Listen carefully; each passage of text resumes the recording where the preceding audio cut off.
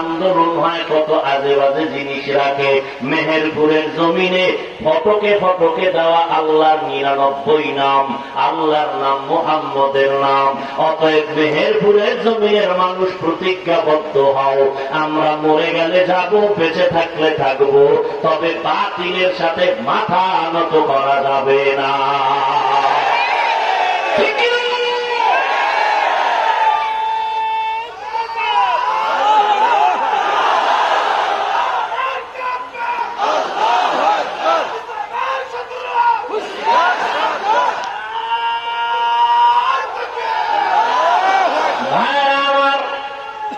যেই কোরআন এত দামি, 23 বছর পর্যন্ত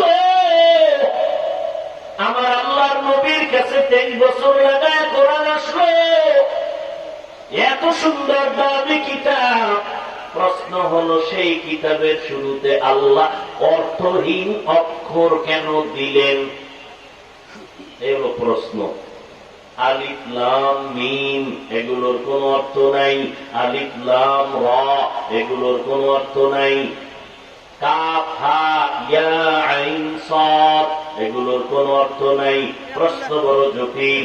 যেই কিতাবটা ধরলে বরকত, যে কিতাব দেখলে বরকত, যেই কোরআন পড়লে বরকত, এমন দামি কিতাবে অর্থহীন অক্ষর আল্লাহ দিলেন কেন? এর 5-7টা জবাব আমি দিয়ে থাকি, তবে আজকে মাত্র 2টা জবাব দিয়ে সামনে যাব। 1 নম্বর জবাব, অর্থহীন অক্ষর কেন আল্লাহ কোরআনের মধ্যে দিয়েছে?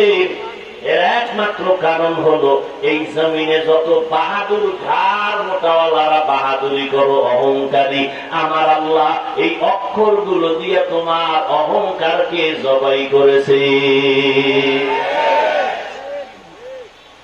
অহংকারী কোন, আমি অনেক কিছু জানি, আমি আল্লামা, আমি মুফতি, আমি মুহাদ্দিস, আমি প্রিন্সিপাল, অনেক জানো, অনেক জানো।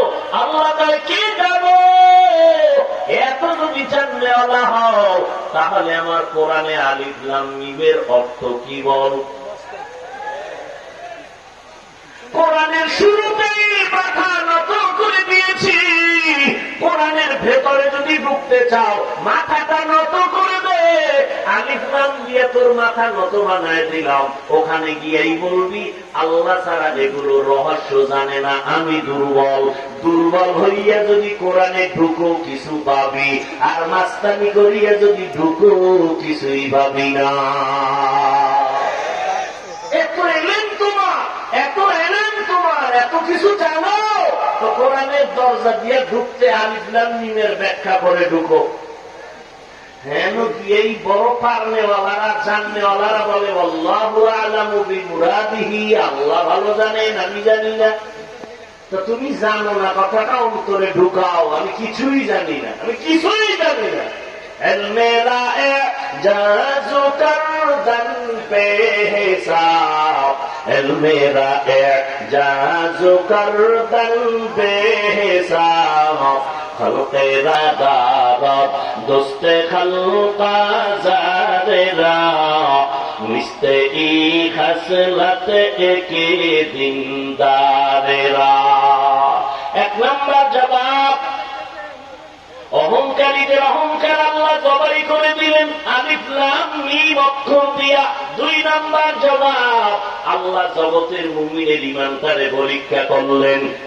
এই মুমিনেরা, তোমরা আমার কোরআন বুঝলে মানবা নাকি না বুঝলেও মানবা? যারা বলবে আল্লাহ তোমার কোরআন বুঝলেও মানি, না বুঝলেও মানি, তুমি রিক্সা ড্রাইভার হলেও তুমি মুমিন। আর যদি বলো আল্লাহ তোমার কোরআন বুঝলে মানি, না বুঝলে মানি না, 22 পাগড়ি লাগাইলেও তুমি বেঈমান। আল্লাহর কোরআন বুঝলে মানি, না বুঝলেও মানি নাকি? আমরা আল্লাহর কোরআন বুঝলেও মানি, না বুঝলেও মানি। বুঝার মতো পরিপূর্ণ ক্ষমতা আল্লাহ কাউকে দেন নাই। আবার সবাই একভাবে বুঝে না, এক একজনে এক এক রকম বুঝে। এই জন্য তাফসীর এক এক রকম হয়েছে, অনেকগুলো হয়েছে, ফতোয়া ভিন্ন ভিন্ন হয়েছে, সবার বুঝ এক না। আবার আল্লাহ পাকের বান্দা যারা তাফসীর লিখে গেলেন, সবাই লেখার শেষে বললেন